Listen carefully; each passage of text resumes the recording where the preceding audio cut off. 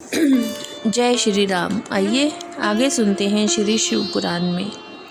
ब्रह्मा जी ने जब कामदेव चला गया तो सोचने लगे कि निर्विकार तथा मन को वश में रखने वाले योगपरायण भगवान शंकर किसी स्त्री को अपनी सहधर्मिणी बनाना कैसे स्वीकार करेंगे। यही सोचते सोचते उन्होंने भक्ति भाव से भगवान श्री हरि का स्मरण किया, जो साक्षात शिव स्वरूप हैं और शरीर के जन्मदाता हैं।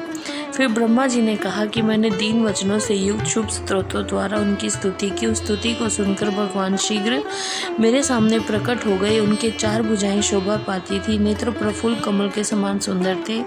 उन्होंने हाथों में शंख, चक्र, गदा और पद्म ले रखे थे। उनके श्याम शरीर पर पीताम्बर की बड़ी शोभा हो रही थी। वे भगवान श्री हरि भक्त प्रिय हैं, अपने भक्त उन्हें बहुत प्यारे हैं। सबके उत्तम शरणदाता उन श्री हरि को उस रूप में देखकर मेरे नेत्रों से प्रेम अश्रु की धारा बह निकली और मैं गदगद कंठ से बारंबार उनकी स्तुति करने लगा। मेरे उस स्तोत्र को सुनकर अपने भक्तों के दुख दूर करने वाले भगवान विष्णु बहुत प्रसन्न हुए और शरण में आए हुए मुझ ब्रह्मा से बोले, महाप्रयाग विधाता, लोक सृष्टा ब्राह्मण, तुम धन्य हो। बताओ तुमने किस लिए आज मेरा स्मरण किया और किस निमित्त से यह स्तुति की जा रही है? तुम पर कौन सा महान दुख आ पड़ा है? उसने मेरे सामने कहो, मैं सारा दुख मिटा दूंगा। इस विषय में कोई संदेह या अन्यथा विचार नहीं करना चाहिए। तब ब्रह्मा जी ने सारा प्रसंग सुनाकर कहा, केशव, यदि भगवान शिव किसी तरह पत्नी को ग्रहण कर लें तो मैं सुखी हो जाऊंगा। मेरे अंतःकरण का सारा दुख दूर हो जाएगा।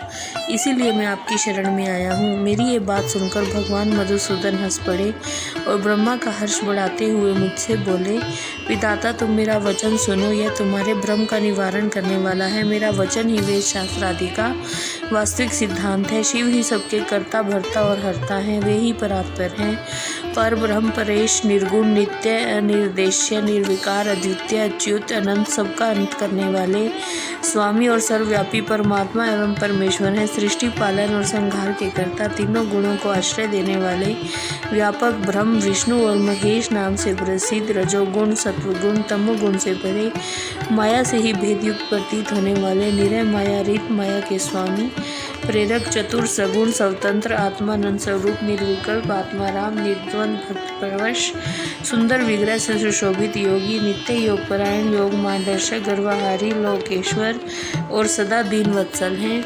तुम उनकी शरण में जाओ। जय श्री राम।